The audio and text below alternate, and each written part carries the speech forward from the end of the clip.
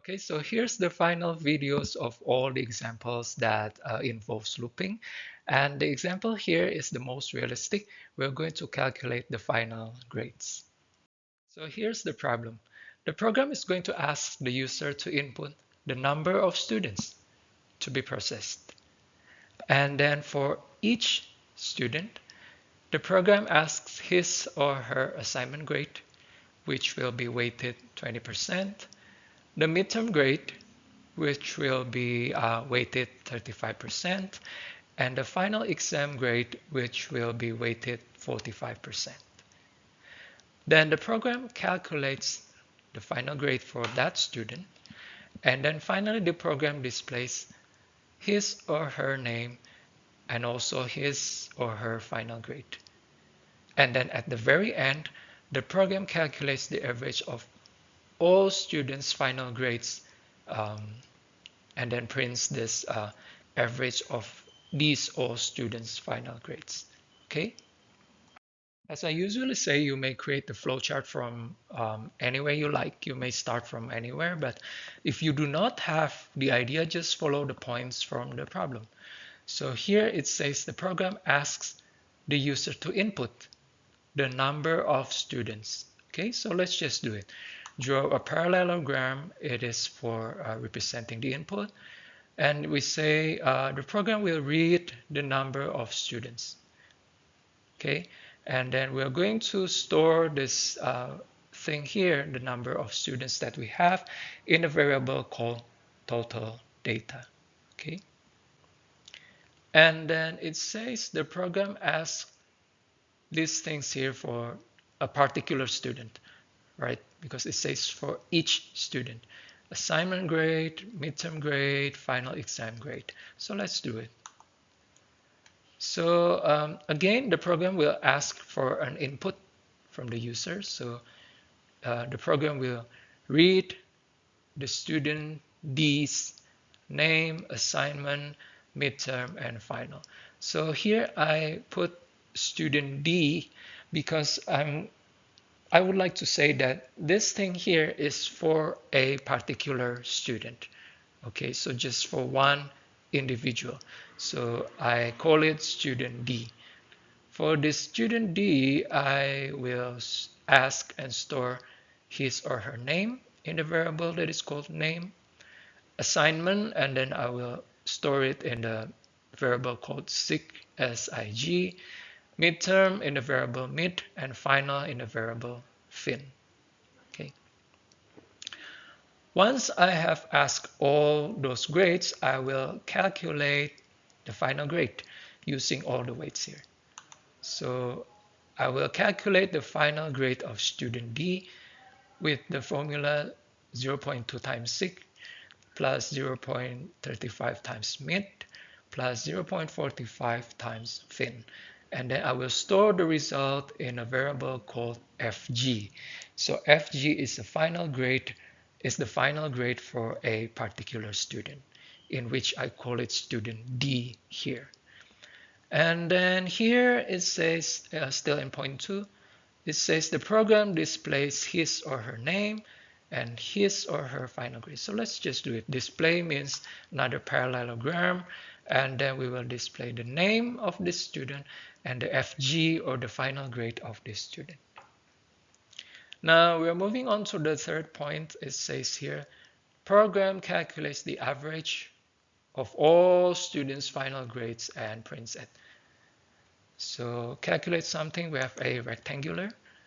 So we are calculating class average, which is something like the cumulative of all grades of all students divided by the total data. Total data is the same variable with that.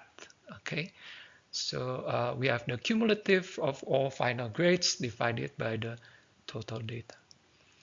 And then we're going to display the class average with this variable class capital AVE, and then the program ends. Basically, these are the things that we need to do, but we need to complete all the other things to make this flowchart complete. We're going to do it on the next slide. Now this is what we've got so far from the previous slide. If we are looking at this part here in the middle, it says that we're going to have the program read the students' these names and grades. So this is for just one particular student. How many times does the program need to do this? Obviously, the program needs to keep doing this when the program has not reached the total data, right? It means that we need to have a question here in the diamond asking, are we still below the total data? Is D still less than the total data? If we are still below the total data, the answer is yes. If we are still below that, then we need to keep doing this, right?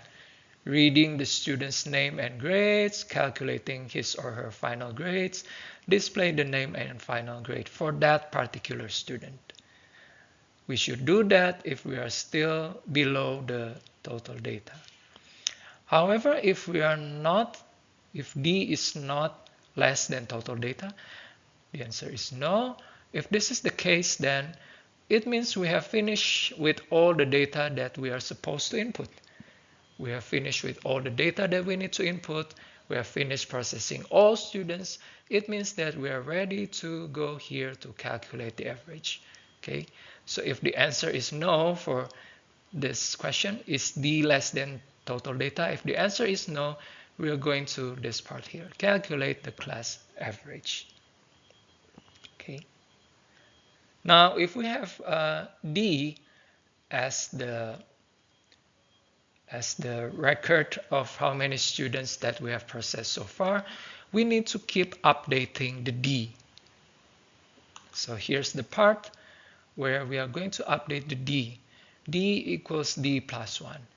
It means that whenever we have finished processing or inputting one more students, we say that our D is updated from the old D plus 1 because we have processed one more students.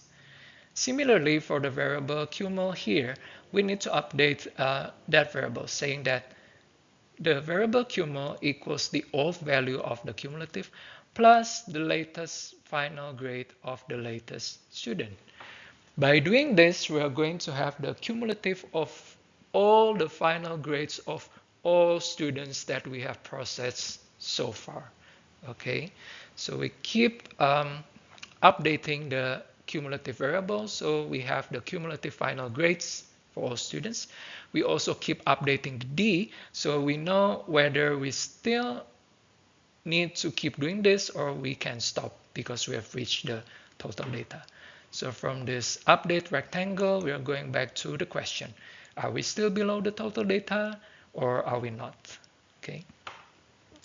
And as usual, when you have this kind of variable that we do kind of cumulative thing like D and cumul here, we need to state at the beginning the initial values for those variables. So we set D equals 0 because at the beginning we still have 0 data inputted or processed. The cumulative is also 0 because at the beginning the cumulative grades is still 0. We do not have any grade yet. So those are the initial values for those variables. I think that's pretty much it. And as usual, you draw this oval here to say the program begins here.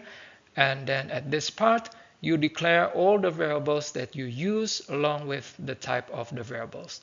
So for example, total data is an integer and so on until the final variable class ever is a float because it is a class average. Okay, so that's the end of all these example videos. I hope by now you are confident to draw a flowchart or create an algorithm to solve a problem.